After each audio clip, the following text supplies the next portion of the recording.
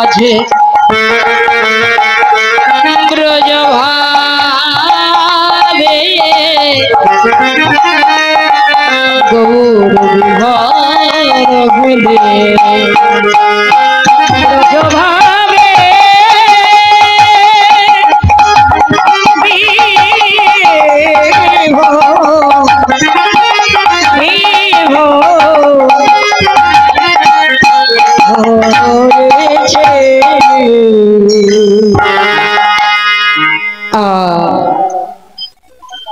শ্রীধাম নবদ্বীপ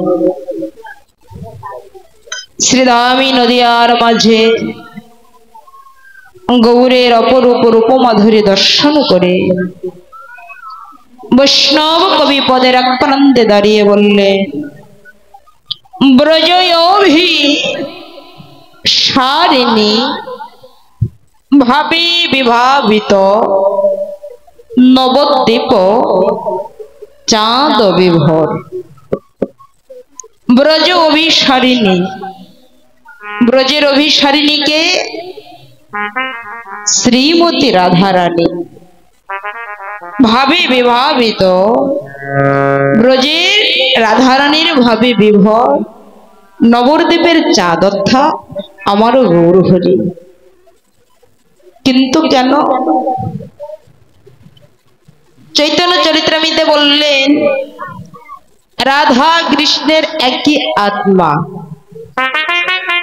কিন্তু দুই দেহ ধরে রাধা কৃষ্ণ যে দুটি তনু দেখছেন, দুটি দেহ দেখছেন, এটা কিন্তু আলাদা নয়। এক কৃষ্ণ জগৎময়, এক কৃষ্ণ, কিন্তু ভগবান এই লীলাকে পূর্ণরূপে পরিচালনা করবার জন্য এই জগৎজীবকে শেখাবার লাগে ভগবান শ্রীকৃষ্ণ বামঙ্গ থেকে রাধার সৃষ্টি করলেন, দুটি দেহ ধারণ করলেন। যখন দুটি দেহ হয় তার ভাবনাও কিন্তু দু রকমেরই হয়। কারোর সঙ্গে কি কারো মিল আছে বাবা? দেহ দুইটি হলে চিন্তা ভাবনা চলন আচার আচরণ এটাও দু রকমেরই হবে।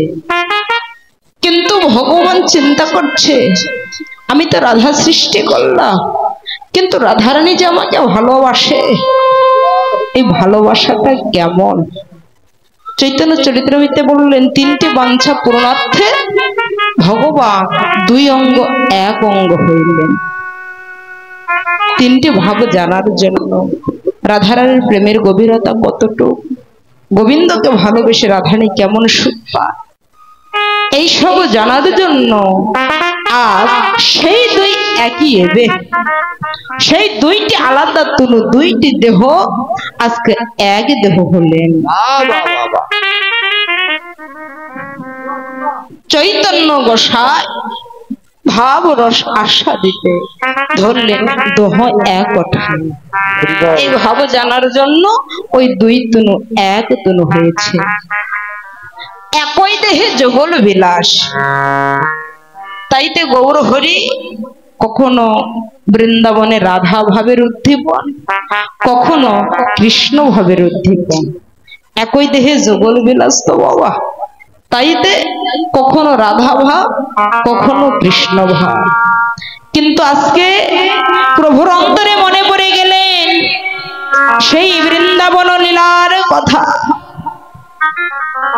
শ্রীমতী রাধারানী যে অভিসারে গিয়েছিলেন সেই ভাব অন্তরে ধারণ করে আজ গৌর হরি, আজ যেন গৌর নেই, রাধা ভাবে বিবর হয়ে আজ গৌরামা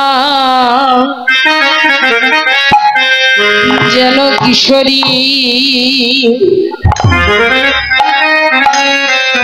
হয়েছে।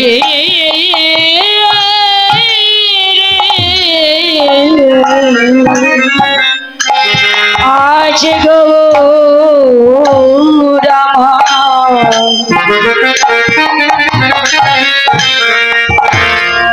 ওরে কিশোরী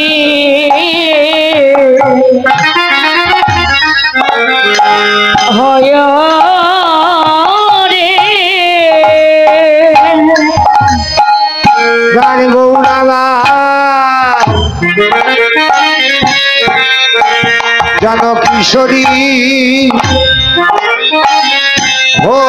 হয়েছে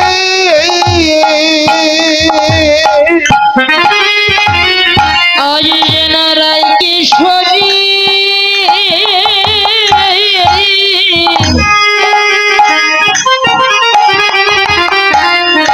যেন সরি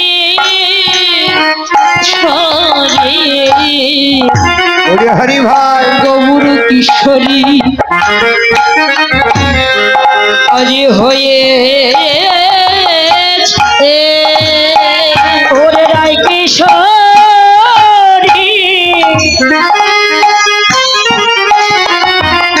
ওরে শরী ছড়ি রাধে আজ গৌর কিশোরী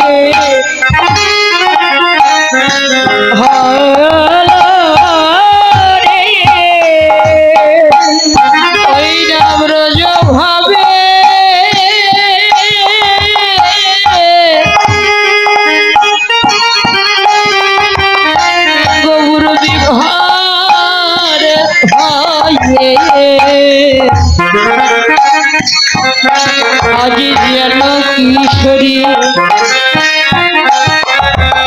হয়েছে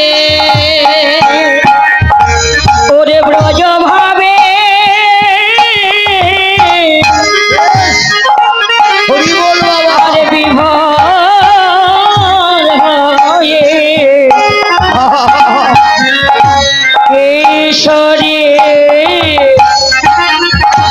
হয়েছে ওদের কিশোর শোভা